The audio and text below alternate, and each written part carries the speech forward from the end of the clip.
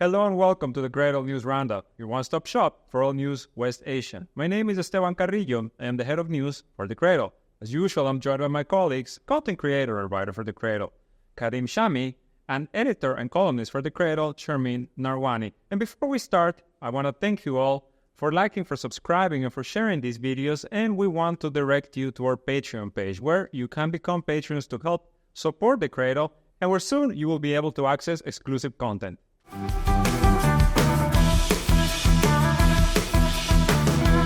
So as we record today, everything seems to be about to hit the fan, right? We seems like we have finally reached 0 hour.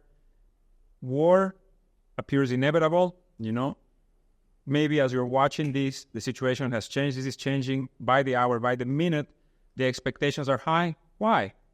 Because we're expecting the response from Hezbollah and Iran to the assassinations last week, the Israeli assassinations of Hezbollah commander Fuad Shukr and Hamas Politburo chief Ismail Haniyeh in Tehran. We know it's coming, the resistance, and Tehran has been very clear in saying we're going to punish Israel, we're going to cross their red lines, we are not going to hold back. There's been allegedly pressure from the West, as is always the case, right? To be like, please don't respond, please don't respond. Iran has said, no, this is, just beyond what happened last week.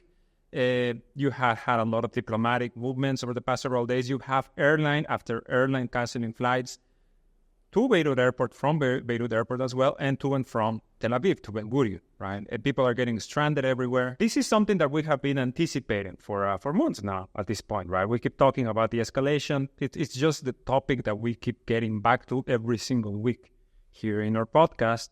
And now, it's like I said, it's inevitable. It feels inevitable. We cannot predict what's going to happen. We cannot predict when it's going to happen, but we know it's going to happen. Yeah, I mean, a few weeks ago, if you look at our podcast headline or title, it was, will there be war in Lebanon? And that was the subject of our first X Spaces as well. And it's no longer if, but when. So everything is escalated very quickly in the last few days. I think sentiments in Lebanon are mixed. Obviously, people want to make sure they and their families are safe. People are looking for exits, but actually I was just curious, and because we keep getting these emails from Western embassies saying, leave, there are still, passenger flights out, we will not evacuate you. Though I do think they will be forced to evacuate their citizens if things get really bad. I mean, the U.S. said, I just jump on any flight. It doesn't matter the destination. Yeah, it doesn't matter if you're going via South Africa, to get to Spain from Beirut. Even my embassy said, yeah. I don't even mind, not my embassy, my foreign ministry, were like, citizens in Lebanon. Yeah. And I was like, I think I'm the only one. But that's true. But I tell you, there is another sentiment on the street, which is let's go now. And that's been the case. It was the sentiment I shared in 2013 when then President Obama, had threatened to strike Syria. It was a situation which I believed would get the unity of fronts and the resistance axis going, because they wouldn't let Syria sink. Okay, just like they won't let Hamas sink. So that would have been us seeing it a good 10 years before this scenario. So there are many people here who are like, let's do this already and finish Israel. That's the view. Some people might think they're being very optimistic about that view, but Israel is hemorrhaging in every possible way, which I think we will get to. But, you were talking about the diplomatic shuttling back and forth between Western. We had the British defense and foreign ministers here in just this week, right? Yeah, last week in Beirut, and tons from Western capitals, and it was so funny because the Americans offered a deal to Lebanon, do a very, very limited strike, in retaliation, and we will get you fuel from Egypt and Jordan, as we promised years ago and never delivered. Which was a promise made so that Lebanon would not take fuel from Iran, right? Never got granted. We will fix your financial system. We will get banks to release your funds. That was all these promises, which, of course, the West and the U.S. in particular, are agreement incapable. This is a Russian term. Sergei Lavrov has used this a lot. We have got to understand that the West is agreement capable, and that includes its proxies like Israel, who are now in ceasefire talks for 6-7 months. They are not agreement capable. There's no point in diplomacy when you're dealing with savages like this, who prefer the military and hard power reaction to everything. To everything else, will we? Yeah, and this also shows that the crisis in Lebanon is manufactured by the West, and they have the key, and they don't want to print it. This is something we have talked about for years at the Cradle, right? About how this is manufactured, and this is just further proof. I mean, how cruel do you have to be? Lebanese just 2 years ago, was it when it was the bank raids, right? When the Lebanese were going with weapons or with gasoline, sometimes they were toy guns, honestly, to demand their savings back, they from banks. Exactly, because their relatives were in the hospital, because they needed to pay for something. Obviously, it's your money, right? Not to have the West come and say, oh, we can talk to the banks, we can talk to the people who took the money, and we'll make sure it goes back. I just cruel. Another indicator of how fake the financial crisis is here is the fact that August 4th, 2020, when the port explosion happened, the lira didn't shift. Right, it just didn't shift. It hasn't shifted against the dollar. And in Israel, there is a free fall of the Israeli shekel now, but the Lebanese currency is the same rate against the dollar as it was a few days ago. I mean, before October 7th, the Lebanese lira was like this, right? It was like a ping pong ball. Yeah. And then after October 7th to this day, it's just steady. Stable. The West always wants to keep Lebanon stable, but in pain. They do actually come in to, implement stability in Lebanon when it looks too shaky. But they want it always starving. You know what I mean?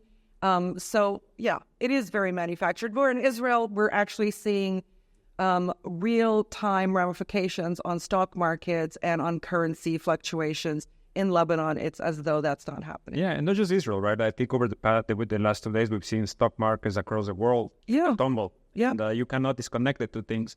But I think let's get into what probably our viewers are interested in, right? We do not have a crystal ball. We cannot predict what's going to happen. Despite our deep contacts, that the Cradle has, we don't know. We really don't know what the shape of things is going to be. But we can maybe, give an understanding of how it's going to look like I said at the beginning. Iran in particular said, we're going to cross the red lines. We're going to cross Israel's red line. Yeah. And Hezbollah said, we're going to make you cry.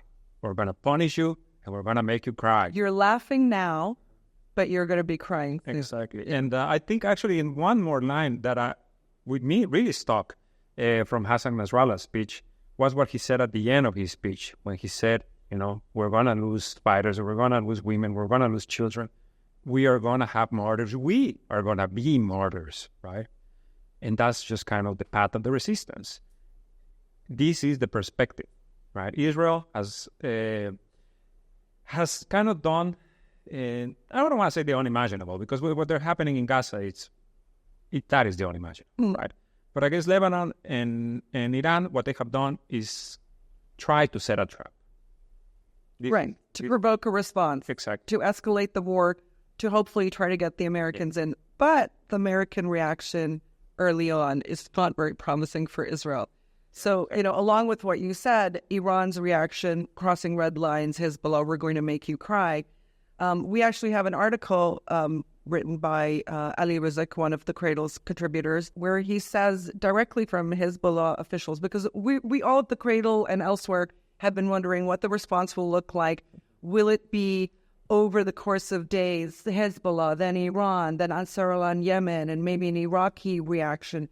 Or will it be all at once? And in the article today, he's hearing from Hezbollah people who are saying this will be a coordinated, orchestrated, simultaneous event.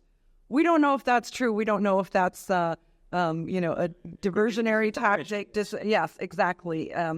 But he says the sources say that the response will come all at once from Iran, Hezbollah, and Yemen.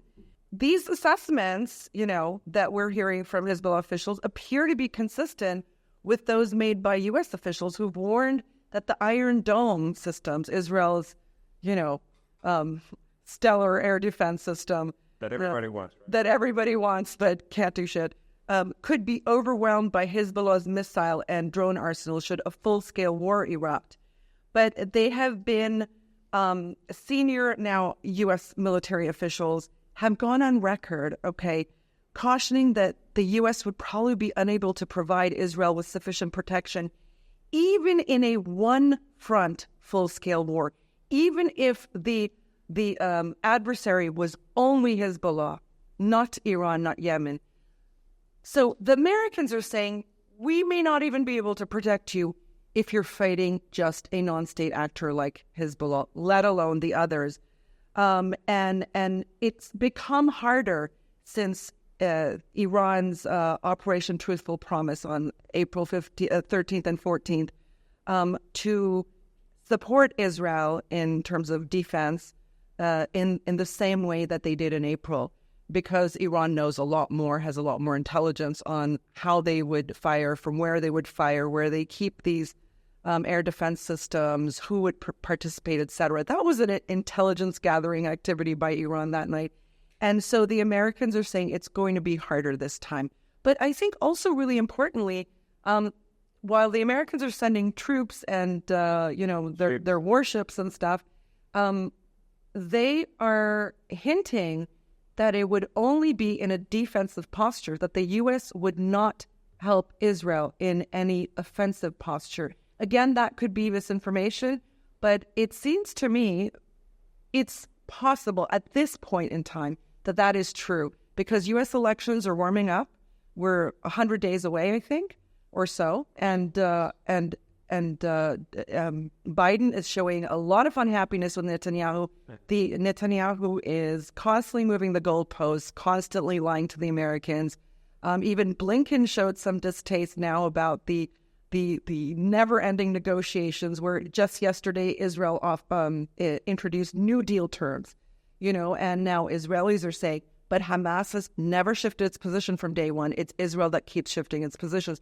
So all these things combined would probably make it very likely that the Americans today are committed to a non-offensive position in any ensuing war, though that could change. Yeah, I just want to mention that whatever the United States get to the region, or their ships or troops or whatever, maybe they can help Israel to defend the Iranian attack or the Yemeni attacks. But whatever they do or whatever they use, they can't deter or use their defenses against Hezbollah, because Hezbollah is the only party in the axis of resistance that they have direct borders with the Israelis, and the defenses don't work in such short ranges. Yeah, for instance, if Hezbollah want to fire a missile 60 kilometers, there's nothing that the United States can do to stop this missile. Except unless Iran does in fact have hypersonic missiles, and Yemen does have hypersonic missiles. In that case, nothing can be intercepted. Hopefully, we don't know what will happen. But also, as Sharmeen said, there's only two options. Either all of them should retaliate together, or each one will retaliate in his own way. Retaliation, if they retaliate together, it will be a huge scene and devastating for Israel. And also, if every party retaliates on its own, this will make the Israelis internally, they will feel like they will be constantly in fear, because they're already in panic, right?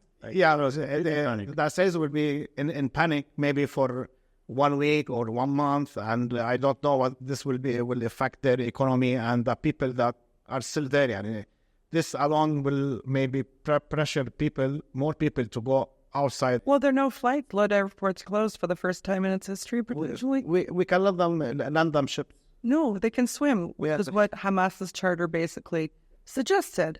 So one interesting thing is that Iran, U.S. military is saying that its reinforcements of the region may assist most effectively intercepting missiles coming from Lebanon.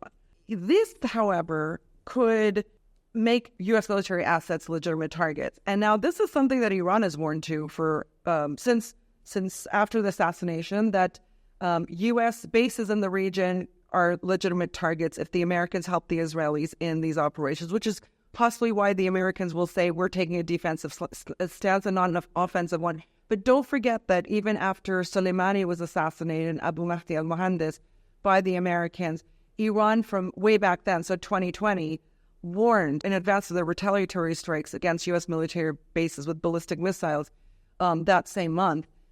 It warned all the Gulf countries in the region if there was any U.S. missile, drone, airplane launched from these Gulf states' territories, that Iran would view them as legitimate targets, the country's, assets as well as the U.S. military ones. And Iran has gone around diplomatically to tell its Gulf neighbors the same thing. We saw the Jordanian foreign minister in Tehran, probably, doing part of the massive Western charm offensive to try to get Iran to limit its military retaliation.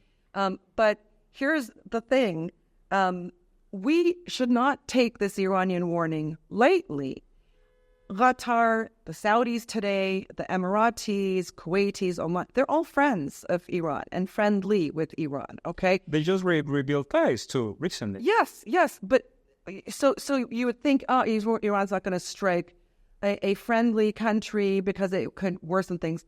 But don't forget, just in January of this year, Iran launched military strikes on a friendly, important border state, Pakistan, because for years, Jaish al-Adl, that used to be Jandullah, U.S., Israeli, Saudi supported groups, have been launching terror attacks across that border in which thousands of Iranian border guards have died over the years. And Iran has implored Pakistan over and over again, let's talk, let's settle this. Pakistanis have never responded. So Iran decided to strike those bases in Pakistani territories, in Baluchistan, which then it allowed Pakistan to minimally hit back Iran, and then they became best friends overnight. And the Pakistanis amped up their efforts to control the border after that. Sometimes it's necessary. This is when military power is important, when all diplomatic attempts have failed. So do not think that Iran will not retaliate against neighboring Persian Gulf states if they allow aggressive, belligerent U.S. military launches from their territory, because Iran has shown now this year that it will. Yeah. So I wanted to add something to what you said, right, about Iran maybe considering U.S. Assets in the region as legitimate targets.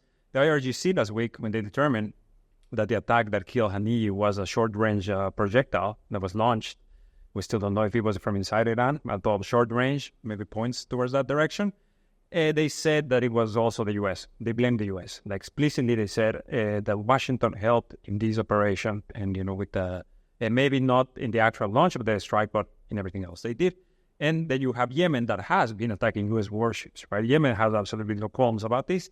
But I want to get your guys' takes on something, and it's these reports from Western media in which they say that Israel is in such a state of panic and concern that they are considering preemptive strikes against Iran and Lebanon, right? Their words, preemptive. In reality, a second strike, a second, a third, a fourth attack on Iran and on Lebanon, right? Because they just can't wait any longer, right? They're so desperate.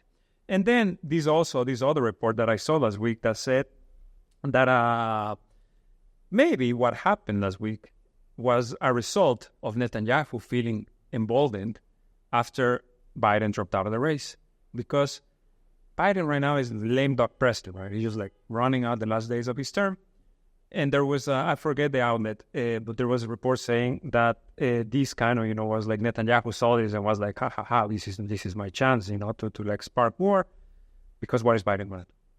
So, I don't know, what do you think, first of all, the preemptiveness of hitting Iran and Lebanon more than once, and then is Netanyahu actually being held back at all by the U.S.? The Bush doctrine really mainstreamed this idea of preemptive strikes, this notion that Americans could hit anywhere in the world if they even suspected that one day they would be under threat from an enemy in that territory, which is ridiculous. That's a violation of international law. You can only react to an act of aggression by another state. You cannot even legitimately react to an act of aggression by a lone wolf from another state. Do you know? I mean, the laws. So Israel not only completely violates international laws and conventions by killing the head of Hamas's political bureau in Tehran, a third state. In the middle of negotiations? In the middle of negotiations. Not just taking out a lead negotiator on the Palestinian side, but taking out a very important, a pivotal figure who had relations with all Palestinian factions in such a way that he was a really unifying force. It's the last thing Israel wants. They don't want Palestinian unity. They've spent decades now trying to break any a notion of unity. Right. So Israel violated international laws and conventions doing that. Now it's invoking this ridiculous notion of preemptiveness in order to hit back, violate yet again. I mean, these would be two Israeli acts of aggressions as understood by international law against people who had not done anything violent against them. So, I mean, it's, they can say what they want. At the end of the day, the chips will fall not as Israel intends. I do think, I know the Iranians say that the U.S. was involved in the Haniyeh assassination. Personally, the resistance axis always says that the U.S. is the head of the Israeli snake, not the other way around. But that's not very clear. I mean, if your minion, Israel, has so many claws in you, okay, and can cause you so much pain domestically or in other ways, that you're kind of forced to go along with them in the majority of decisions. For sure, the Americans can shut down the Israelis if they have the will to do so. The question is, do they ever have the will to do so? It is even altogether possible that Netanyahu went to Washington, got an answer from Biden, who is a lame duck president right now, saying, listen, end this. I don't want this to be my legacy. And he went right back to show the Americans what Israel's mad strategy really is. Read that feature on the Cradle from last week. It shows that Israel has always is very rational actor. It's always had a strategy of acting like a raging bull in order to intimidate both friends and foes alike, so that it can get away with anything with impunity. So it's very possible that Israel's mad strategy was employed after meeting with Biden, where he said, put a stop to this. They went and they killed Haniyeh in Tehran. I know that's not the Iranian position on it, but this is very possible as well. We have to consider that. But I do think the Americans are in a trap leading up to the elections while they want the Israelis to pull back dramatically, potentially. The U.S. is not uniform in its thinking. There are warmongers who will always try to undermine more rational thinkers in the American establishment, right? The Americans also just as much would be worried about the Israel lobby and the U.S.'s reaction to Democrats, to a Democratic ticket, if they did anything to really jar Israel at this point, at this critical point. So I think it works both ways, and I do think the Americans are in a bind, but also Israel is in a real bind. It has massive strategic constraints on it as it tries to execute a war on multiple fronts with diminished weapons supplies, a partner that, although is always there in the wings to resupply Israel, is getting very frustrated, an international community that is viewing Israel as a pariah, legal rulings coming from the most important, the highest courts in the world against Israel, and the absolute hemorrhaging of its economy and its trade, So Israel has strategic constraints it's never had before, and yet it continues to escalate. Kenny, what do you think about his statements? Are the Americans behind this, or are they just pawns in Netanyahu's, rampage? And I think the escalation happened after Netanyahu came back from Washington. Right. So I think he knew that whatever he does, any party or any upcoming president of the United States will stand behind him and will support him in his actions. So after he came, Israel bombed Al Hudaydah port, and we saw all the flames. It was a big damage for the country, because we know this is the major port for Hezbollah. And then they killed the military commander of Hezbollah, and of course they killed Haniya inside Tehran, and they bombed southern Syria.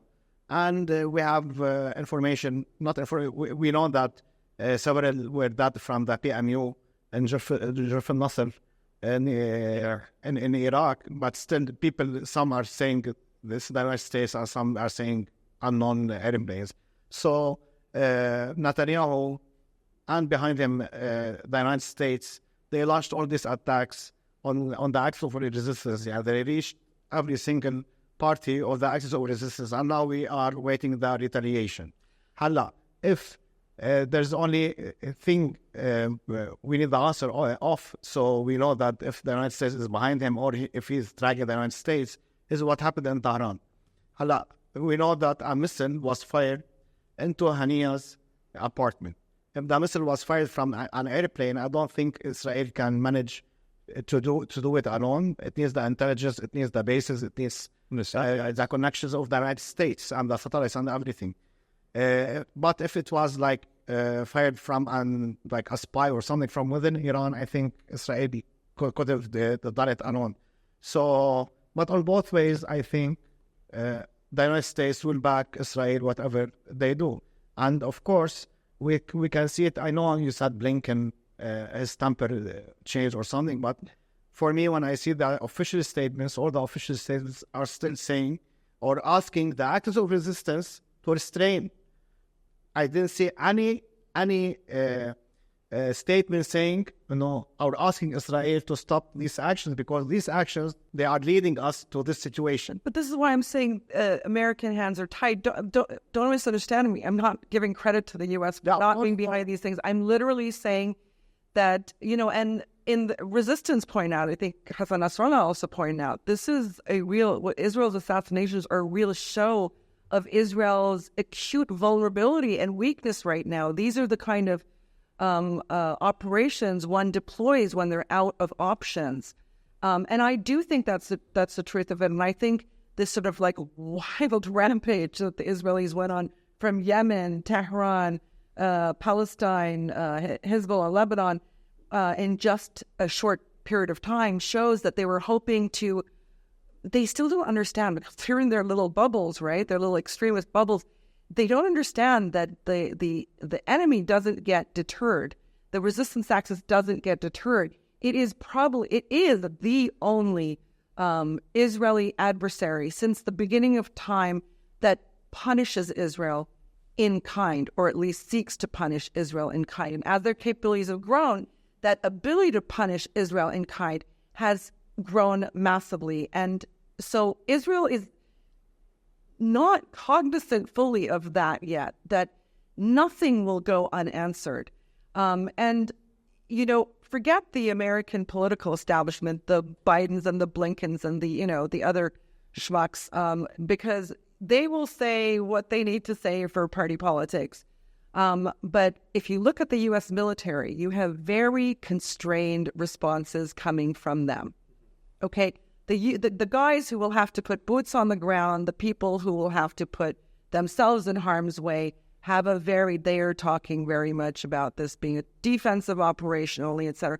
Not to say that both in the political establishment in the U.S. and the military establishment, there aren't warmongers who seek to undermine those positions, but the U.S. military has never, ever been on board any U.S. civilian sector war on Iran. And that's because the U.S. Pentagon, as I've said many times on this program before, have consistently over the years war-gamed against the Iranian adversary in irregular warfare games, and in every single instance have lost the war game unless they've stopped the game, rigged the rules, cheated, and continued. And this is made public by actual U.S. military officers who have quit the war games and gone public with this information. So, I do think the U.S. military is not on board. Politicians can say whatever they want. They are so used to now saying whatever they want because their parent media just doesn't hold them accountable for any flip-flopping when it comes to Israel. So, Sharmin, how do you think Iran and the Axis will punish the Israelis? It could be completely different than what we expect. Will Radwan forces enter Israel's territory? In the Galilee, will Golan flare up? Will we see something from the West Bank? I mean, like I said, Israel is constrained from all sides, and it has zero strategic depth anymore. Even its West Bank and Gaza borders, which were like easy pickings, are no longer free for Israel to just trample all over. So I do think a reaction must be commensurate. It must be severe. It must be punishing, because the assassinations policy cannot go on. On the assassinations, they were a gut blow to a lot of people who are in the resistance axis or who support the resistance axis. True, tears were shed, but you have to know, if you don't remember it, that the number one and number two in commands of these non-state actors in the resistance axis have been taken out many, many times by the enemy, and they've only come back stronger. So it's not like Hezbollah or Hamas or freedom. So I want to bring something up now, because as you're saying, Sharmin, Israel has been bogged down in 10 months of genocide fighting with the Palestinian resistance in Gaza, committing atrocities in the West Bank. The north is empty. And today, as Israel awaits its response and plans for a preemptive attack, CNN comes out with this report that is an analysis, a very in-depth analysis carried out by CNN, by the American Enterprises Institute Critical Threats Project, and the Institute for the Study of War, which, among other things, determines that Israel, after 10 months, has only defeated 3 Qassam battalions in Gaza. Right? They claim Qassam, the Qassam brigades, the armed wing of Hamas, has 24 battalions in Gaza. They say they have only defeated 3. And this is why you continue to see fighting flare up across the Strip, which, let's remind our viewers, is just a tiny piece of land, right? It's about the size of the city of Philadelphia. I think actually smaller. And they don't say that they defeated 3. They say out of the 24 battalions, there are 3 Qassam battalions that are combat ineffective. Exactly. They also go on to point out that when there has been degradation in a battalion during these 10 months, many of the battalions go on to rebuild in the field, rebuild, rearm, retrain, repopulate their ranks. So, in fact, the 3 could be back in form in a month or two. And it, the title of the piece is Netanyahu says victory over Hamas is near. Data tells a different story. And then they dive deep into this data that comes from 2 major U.S. think tanks. And the Cradle. CNN's own investigation. And the Cradle has been telling this story for months. Let's just remind our viewers of that. We have been talking about this for a while. Now I believe it, because CNN wrote it. Yeah, CNN said it, so it must be true. Karim only trusts Western sources. That's why we keep him around. So this is the idea, right? I mean, they have defeated 3 Qassam battalions after 10 months. We know Hezbollah is a much stronger force. We know Iran, obviously, is a much stronger force. And we know the Yemenis. So I think this is also gives us a bit of a clue of how the resistance might react. Because in Gaza, they've been playing essentially a game of whack-a-mole against Qassam, losing a game of whack-a-mole. In the north, they talk about having tunnels that just like Hezbollah, having tunnels, don't compare to anything that you can see in Gaza, just much bigger capabilities, obviously. Also the geography. The geography is different. Yeah, Gaza is a flat land. Yeah. And we've been talking in the podcast for a while now about how the Israeli army is depleted. Right? Not just in weapons, because the U.S. keeps sending more, and even the fact that they keep sending that, they still because they're using them so much, because they turn Gaza into an extermination. They are crying, "Oh, don't send us 1,000 kilogram bomb, send us the 2,000 kilogram." Well, they're also crying because they don't want to go fight anymore. The reservists, they don't want to continue fighting, and now they have to go to the north. So is Israel going to do a ground campaign in Lebanon? Is there even a possibility of that? God, the Lebanese wish. They wish. Seriously, I know women, housewives, moms, aunties, who are like, bring them. No, I'm not kidding. The amount of regular women, who are like, bring it on is ridiculous. They would love to see an Israeli soldier and you slap them silly. So I don't know what the Israelis are thinking. It depends on the retaliation. I can talk about what I expect of the retaliation or how I think it should be done here. I think the Iranians will use hypersonic missiles that take like from 10 to 15 minutes to reach Tel Aviv, not like before, because before everybody knew what's happening. It took like 8 hours. It was like more than a show. Wouldn't that be, though, shooting its wad too early? Because I think, the resistance axis kind of... retaliation. No, they kind of... The longer this drags on, not the Gaza part, because Israel has made clear that even if there's a ceasefire in Gaza, it will continue against these other adversaries. But to the slow bloodletting of Israel is, the wet dream of the resistance axis. Will Iran use its hypersonics that early in the game? I don't know. I think so. And I think I'm saying if I was an Iranian commander, what I would comment. So I think Iran will use their hypersonic missiles because they need short time. They need from 10 to 15 minutes to arrive. Previously, we knew, everybody in the world knew what's going to happen because they fired these Shahid drones. And these drones take 9 hours to arrive. So I think if you want the surprise element, although it's very difficult currently, but if you want somehow a surprise element in the retaliation, I think Iran should use these hypersonic and ballistic missiles only without drones. And I think they will bomb Tel Aviv, but I think they will bomb headquarters for a military the defense ministry or something like that. And I think Hezbollah, at the same time, they will fire missiles, but I think Hezbollah will not bomb Tel Aviv because it will open the door to Israel to bomb Beirut constantly. They don't need an excuse. I don't know why you're thinking that. They do need that. I just think the hypersonic missile is giving does Iran need to give such a sharp slap to Israel at this point? I really wonder. I mean, from the first operation, of course, the second operation would be completely different. But from the first operation, I think Iran took pride in showing the U.S. military, among other really dumb militaries that can't win anything and can't attain their objectives, what military firepower can really do, how it really can be used, how it can, be used in the way it was intended, not to strike at civilian centers, but to strike fear in the enemy and deter them. So I don't know. I mean, really, what you're saying is as likely as what I'm saying or as likely as what Esteban's saying. Yeah, I know. The interesting thing is, the resistance axis doesn't leak its war plan in advance. No one's likely to know what a result will be from an upcoming retaliation, but we know there will be one. So I think they will use, again, hypersonic to bomb Tel Aviv because unfortunately, Jordan will also assist Israel and the United States to down anything they can under rear airspace.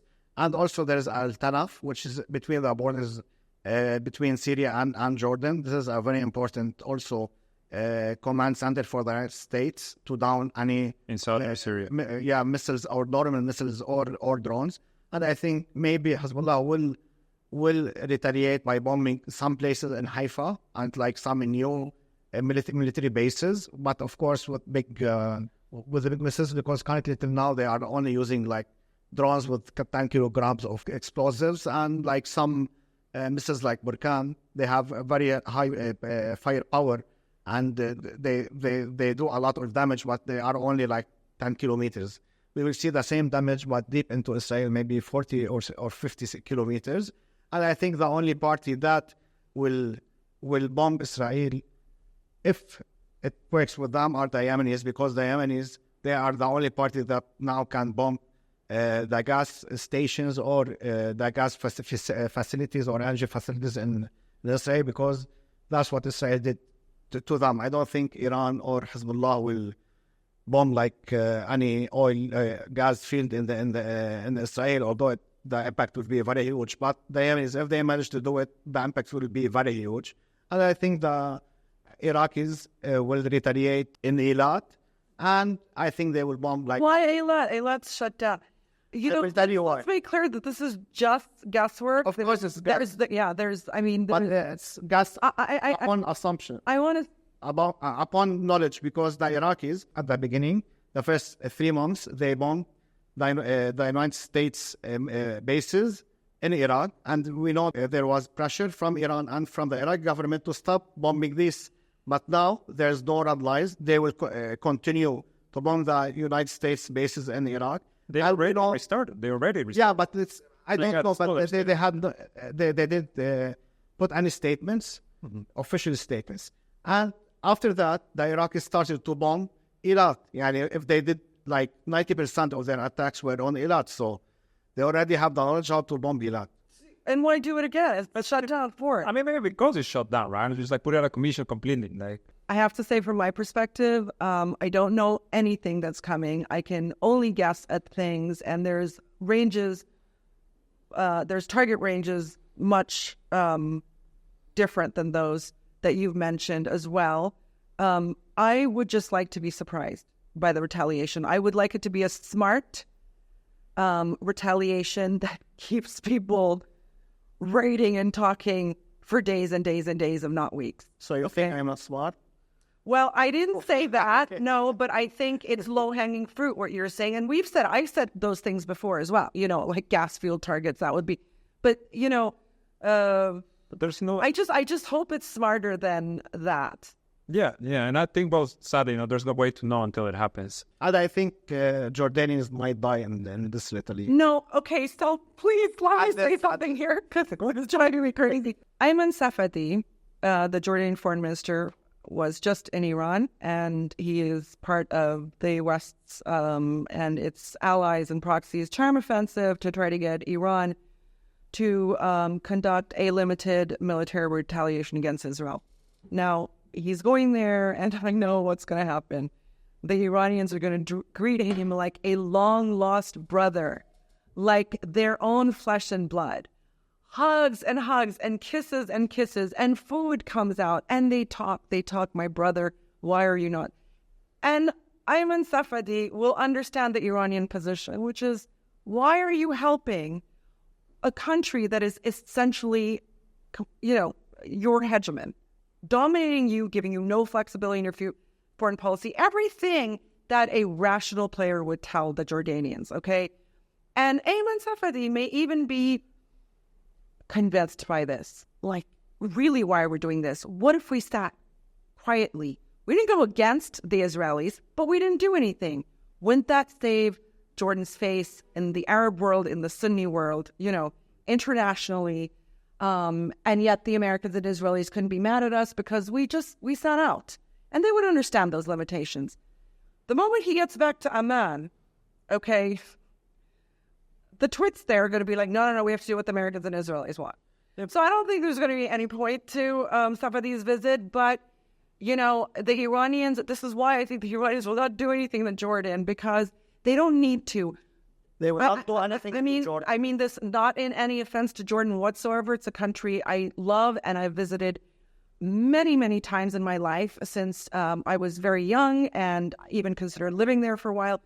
But the political establishment there has no, it displays no strategic thinking that takes care of Jordan's interests first and foremost. So I feel personally that I want to, tell Jordanians, do something right this time. Not to offend Jordanians, but Jordan is insignificant to Iran. It's a small, resource-poor country where its services and its resources are pillaged by private sector inside and outside the country. And why should Iran hit Jordan? What Iran should do is destroy Israel and then say to Jordan, try it again. You know, I mean, if I was Iran, this is the way, because they're the Iranians, they are the Persians. Everybody knows their diplomacy is legendary. They're like, let's find a solution. A way of thinking and talking is legendary. Why would they bother themselves with Jordan and raise the ire of the Arab world and the Sunni world when they don't need to? Jordan is just doing what it conceives to be in its interest to stay alive. The fact is, Jordan doesn't need to do this to stay alive, but they are so completely slavish in their mentality, the king and his entourage, that you cannot expect them to think otherwise. I didn't say Iran will bomb Jordan or anything. What I imagine is that there will be a lot of panic from the Israelis, from the Americans, from the Jordanians. I think they will make a mistake that will lead to dust inside Jordan. Because last time it happened, right? Like it happened. Yeah, the projectile fire.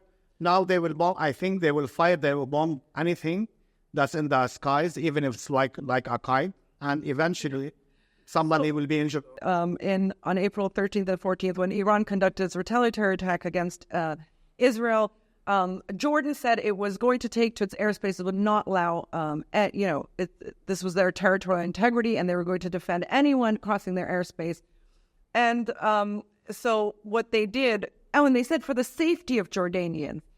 But it turns out that interception of Iranian incoming projectiles, whether drones most likely or missiles, etc., actually fell on Jordanian heads. It was Jordanian interception of Iranian projectiles that caused the a security risk and safety risk to Jordanians, not the Iranian projectiles flying safely over Jordan.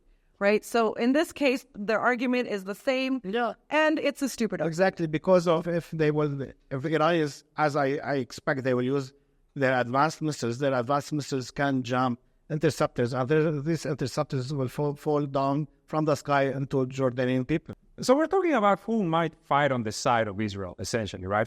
Who might help defend them, so to speak.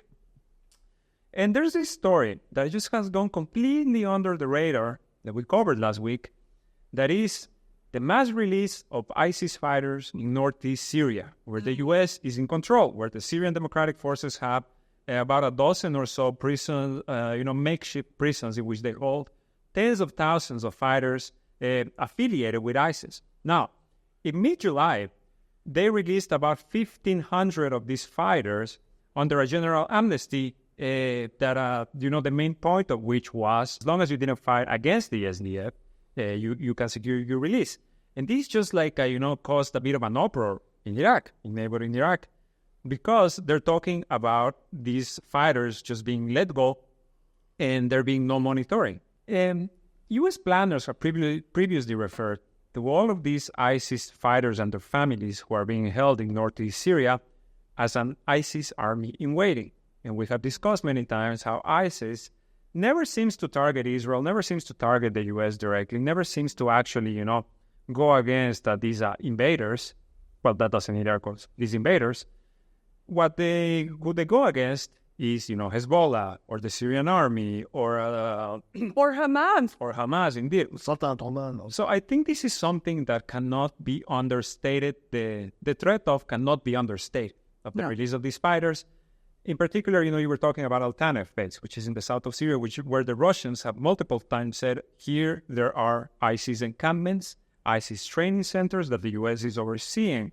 So a few days ago, I was asked this question: who would fight alongside Israel on the ground if they decide to do a ground battle? And as we said, the Israeli army itself is depleted. If they choose to do a ground battle, it's going to be, it's not going to go very far. But then if you have these thousands of ISIS fighters in Syria, in neighboring Syria, we have seen this before. They just kind of get activated, right? It's like somebody just flips a switch, and all of a sudden ISIS resuscitates, right? Like the zombie crawls out from the grave. What do you guys make of this release, first of all?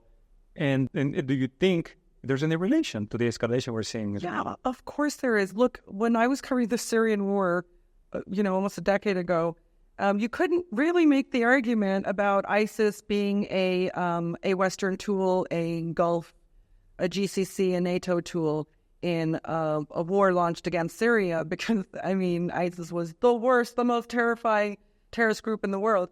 But I think in the intervening years, I see on social media every day this notion that ISIS is not exactly the player we thought they were. You know, they're very quiet unless a U.S. adversary needs to be attacked, you know. So I think a lot of people are seeing the correlation. Here's a very important point. The SDF, U.S.-backed Kurds in Syria, have these ISIS fighters in prisons, in about a dozen or more prisons in northern Syria. If they're going to let out ISIS fighters, why wouldn't they just, because they can't keep them anymore. They're prison overcrowding for whatever reasons. They also talk about freeing up manpower among the Kurdish forces because of the Turkish escalation to the Syrian border. But why let out people who killed you and you can't guarantee won't kill you again?